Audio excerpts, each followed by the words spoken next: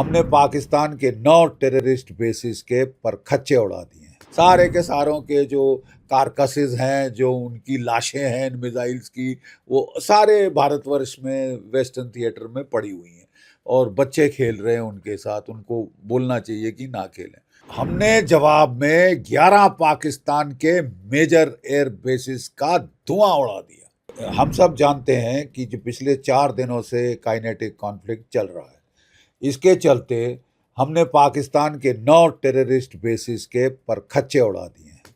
पाकिस्तान ने जवाब दिया। पहला दिन पूरे वेस्टर्न थिएटर बॉर्डर में कश्मीर से लेके कच्छ तक उसने जो है अपने ड्रोन हमले किए 300-400 ड्रोन से, और सब विफल कर दिए गए। अगले दिन लॉइटरिंग ड्रोन्स लेके आया, सब विफल कर दिया गया। और तीसरे दिन उसने मिसाइल्स और जो एयर लॉन्च्ड क्रूज मिसाइल्स उनसे हमला किया। फतेह 1, फतेह 2, अब्दाली वगैरह, सारे के सारों के जो कारकसेस हैं, जो उनकी लाशें हैं इन मिसाइल्स की, वो सारे भारतवर्ष में वेस्टर्न थिएटर में पड़ी हुई हैं और बच्चे खेल रहे हैं उनके साथ। उनको बोलना चाहिए कि ना खेलें।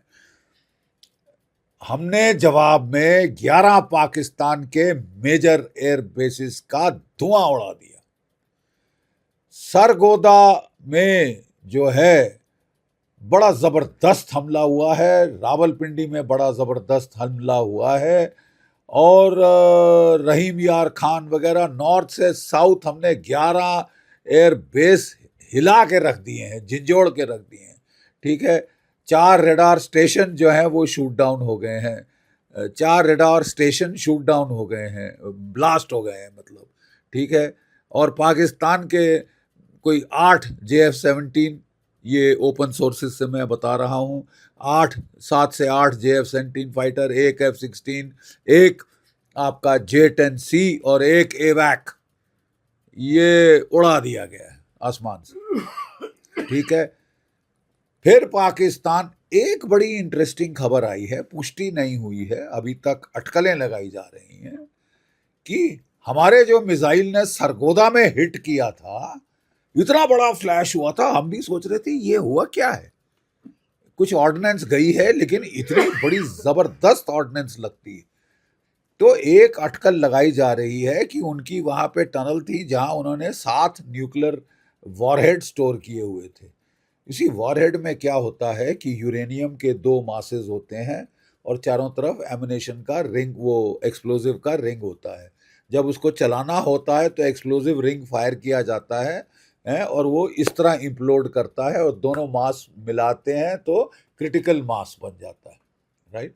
बहुत ज़रूरी है जो मैं कह रहा हूँ, क्रिटिकल मास बन जाता है। ठीक है। और क्रिटिकल मास फटने से, बनने से न्यूक्लियर एक्सप्लोजन होता है। जब वो नहीं फायर किया होता है, ऐसे पड़ा होता है, तो उससे एक कुक ऑफ हो जाता है, उससे बड़ा ज़बरदस्त एक्सप्लोजन होता है जिसमें वो सारा जो यूरेनियम जो अलग अलग है वो फट जाता है और उसका जो जैसा वो फ्लैश निकला था वो निकला, वो ऐसा निकलता है। इसका मतलब अगर ये सच है, अगर ये सच है, तो इसका मतलब कि पाकिस्तान के जो 7 थे वहाँ पे उस टनल में स्टोर्ड न्यूक्लियर हथियार 5 से 6 तो गए, और वहाँ रेडियो एक्टिविटी फैल गई है, वहाँ तो आसपास जाना मुश्किल होगा। वो टनल तो बंद, कंक्रीट लगा के सील करनी पड़ेगी। ऐसा ही एक अटैक चगाई में हुआ था, वहाँ भी लगता है इनकी, वेदर इंटेंडेड और अनइंटेंडेड, इनका न्यूक्लियर वॉरहेड्स हिट हुए हैं।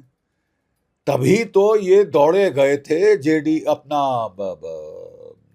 पाक अमेरिका के जो फॉरेन सेक्रेटरी हैं, स्टेट सेक्रेटरी ऑफ स्टेट जो हैं, उनके पास दौड़े, मार्को रूबियो के पास दौड़े दौड़े गए कि बचाओ मेरे आका, पाँव पड़े लागी, पाँव लागी है, बोलिए डोनाल्ड ट्रंप साहब को कि हमारी निजात कराएं, हमें बचाएं, हमें छुड़वाएं।